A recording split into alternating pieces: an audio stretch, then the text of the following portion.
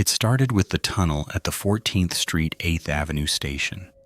I hadn't intended to walk it, the corridor that connects the ACE lines to the L, but the southbound C train stalled somewhere around 34th, dark in the tunnel. Passengers pressed into a silence too tightly packed to speak. I gave it 5 minutes, then 10, the intercom hissing to life once with a garbled half-apology before fading back to static.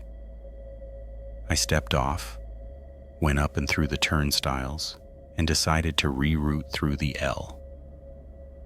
That connector tunnel had always had a bad smell, wet concrete and metal holding in rot-mildewed air.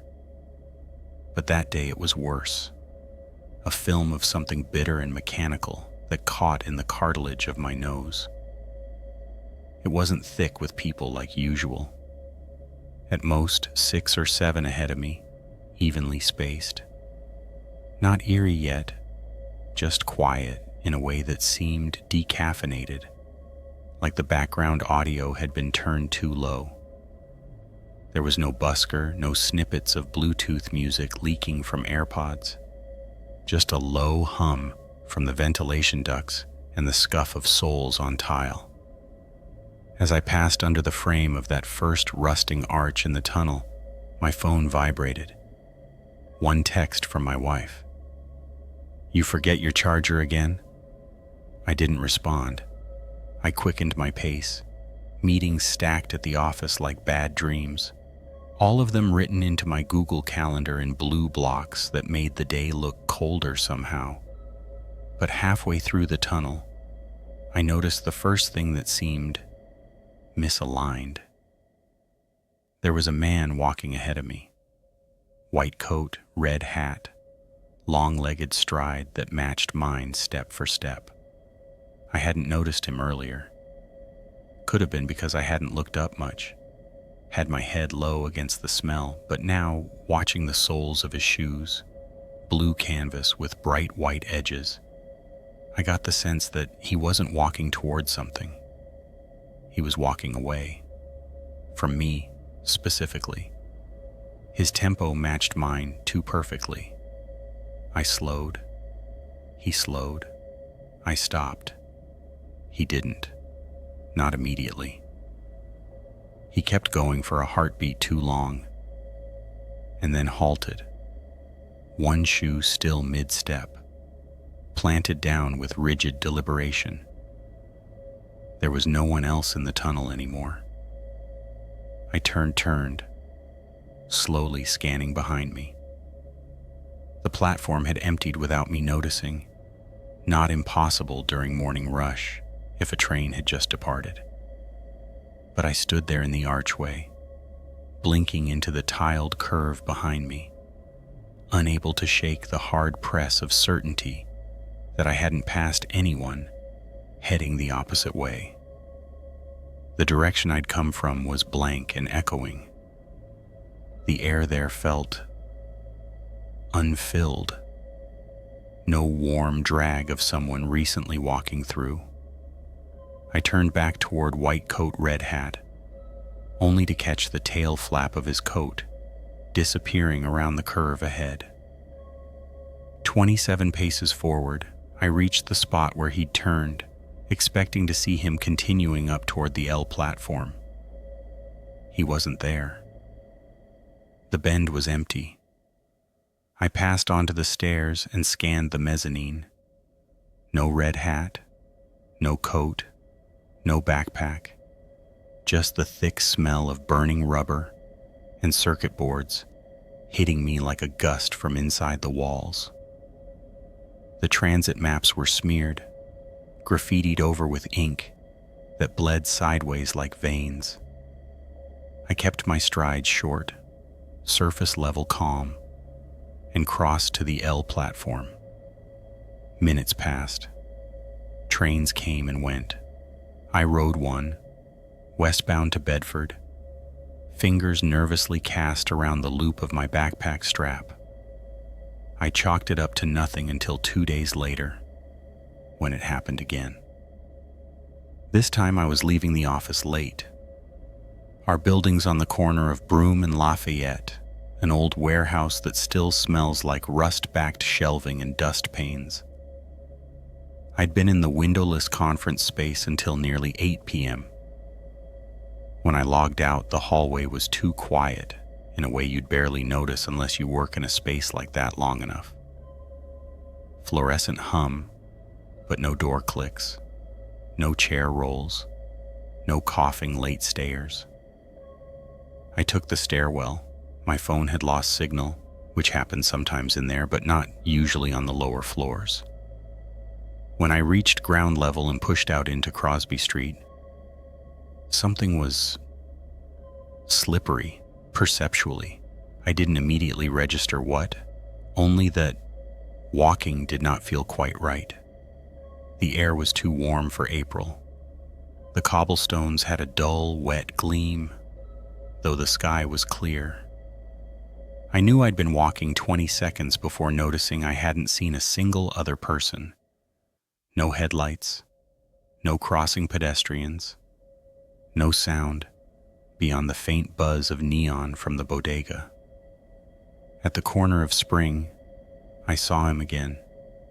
Same white coat, same red-crowned hat, turned so the bill faced the back, snapping light off its plastic buckle.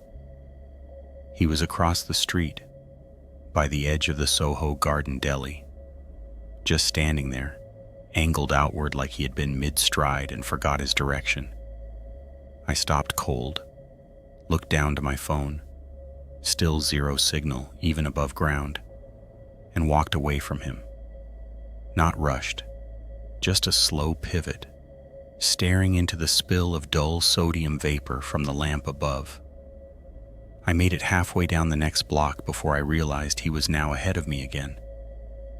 There was no sound of him passing, no footsteps, just the white coat, barely glowing in the haze of streetlight, cuffs grazing the backs of his thighs. I should have yelled or approached. But that's not how your mind works when it happens like this. You don't assume danger. You assume you're misreading something. You police your own doubts. I dipped into the subway's entrance just next to the REI on Lafayette, punched through the turnstile for the 6 line, and didn't look up until the train arrived. In the glass of the closing doors, I didn't look at my own face. I checked behind me. Nothing in the reflection. But I swear I heard cloth, like a coat sleeve brushing metal, from the space beyond the ad placard before the train pulled away. It kept happening, each time widening its circle. Once on the High Line when the breeze was just strong enough to push a napkin past my leg. Once down near Battery Park, in the dark gull-blown quiet by Castle Clinton, where the ferry winds hit hot and sour off the bay. And each time, there he was. Sometimes just far enough away to be deniable. One distinct color, the red cap, the white fabric, set within a blur of crowd movement. Other times, unobstructed. Still, facing slightly away, as if paused between decisions.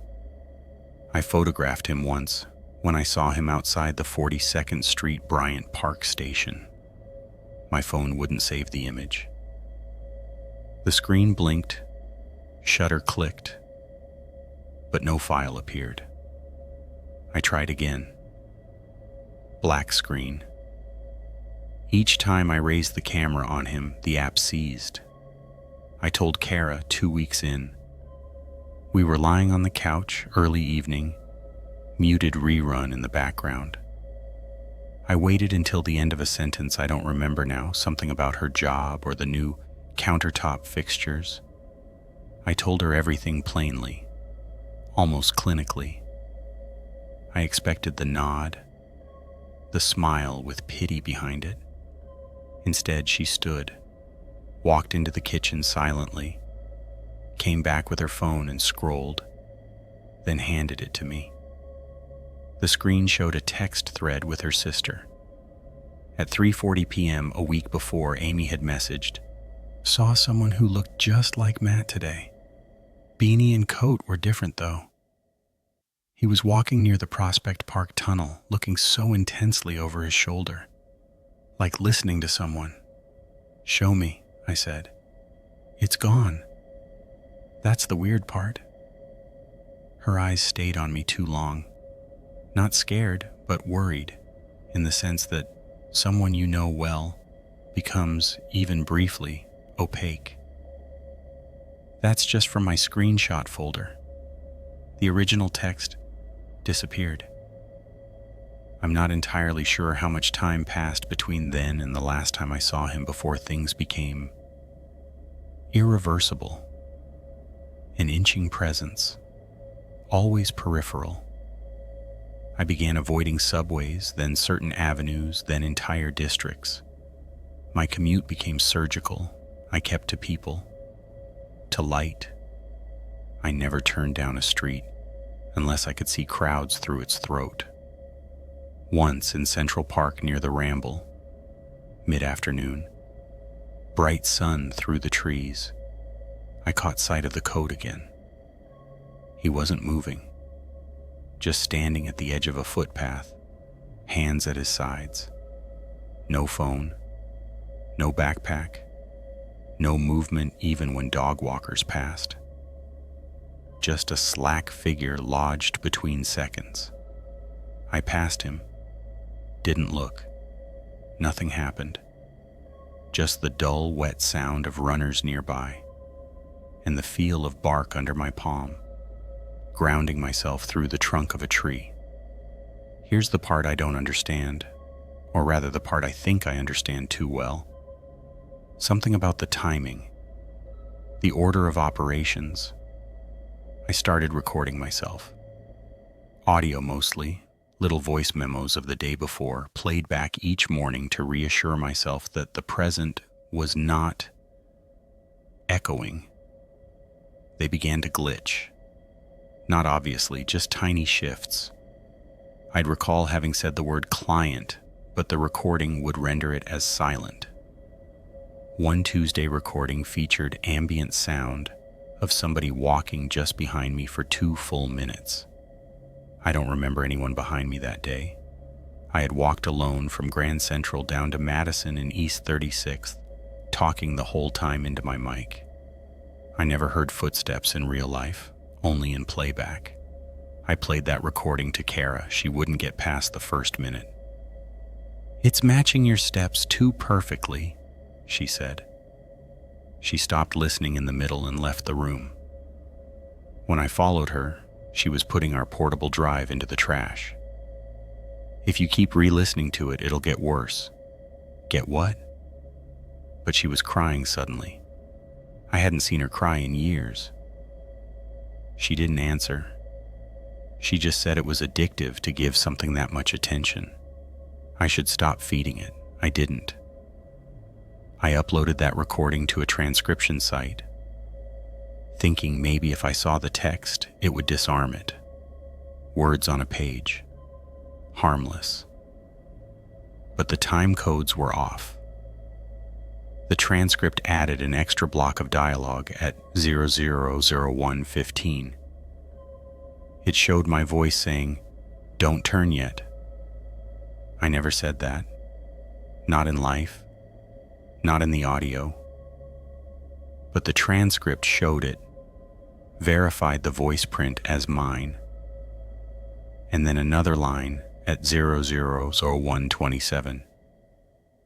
"He's too close now." Again, my voice, clear, not in any waveform, yet highlighted there on the screen. My hands went cold. Last Thursday, a woman fell onto the tracks at 59th Street, Columbus Circle. I wasn't nearby. I only read about it later. Witnesses said she stepped off before the train pulled in, like she was trying to follow something. Something no one else could see. She'd been muttering into her phone, apparently, and laughing a little. The article showed an image of her belongings scattered on the platform. One of them was a recording mic, Zoom H1N model, the same as mine. I haven't left our apartment today. The windows rattle, though no traffic goes by. Kara hasn't said anything since last night. She sits on the edge of the bed and watches the door. I don't ask what she sees. I sit on the couch beside my backpack, where the white coat is folded inside. I found it last night hanging on our fire escape. It looks like the one he's always worn. Same buttons, same loose threading at the cuffs. I don't remember bringing it in, but I must have folded it, placed it just there. The door buzzer rings now at the same time it did yesterday and the day before. 7:46 p.m. I don't answer. I go to the hallway mirror and lean close. In the reflection, Kara's eyes track my movement perfectly. But in real space, she doesn't move. Her arms don't even rise when I raise mine. There's a delay in the mirror, 2 beats behind, but still her, still me. Somewhere underneath, remembering, watching, waiting to see what I'll do next.